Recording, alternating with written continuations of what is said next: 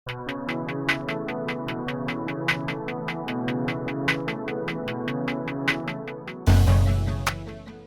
Pusat Statistik mencatat pertumbuhan ekonomi Indonesia pada kuartal kedua 2022 mencapai 5,44% secara tahunan atau year on year.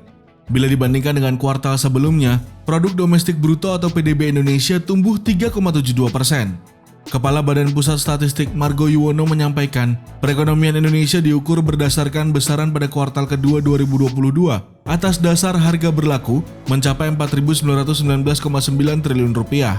Sedangkan berdasarkan harga konstan mencapai Rp2.923,7 triliun. Secara tahunan kinerja ekonomi triwulan kedua 2022 sudah lebih tinggi daripada sebelum pandemi, katanya dalam konferensi pers Jumat 5 Agustus 2022. BPS mencatat dengan perbaikan mobilitas, beberapa sektor tumbuh tinggi, seperti transportasi dan pergudangan yang naik 21,27% year on year, serta akomodasi makan dan minum 9,76% year on year.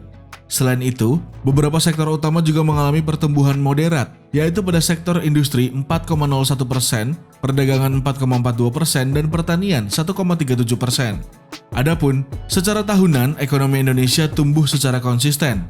Pertumbuhan ekonomi Indonesia juga ditopang oleh harga komoditas seperti batu bara. Alhasil, Indonesia menikmati surplus neraca perdagangan 15,55 miliar US dollar atau 230,85 triliun rupiah pada kuartal kedua 2022.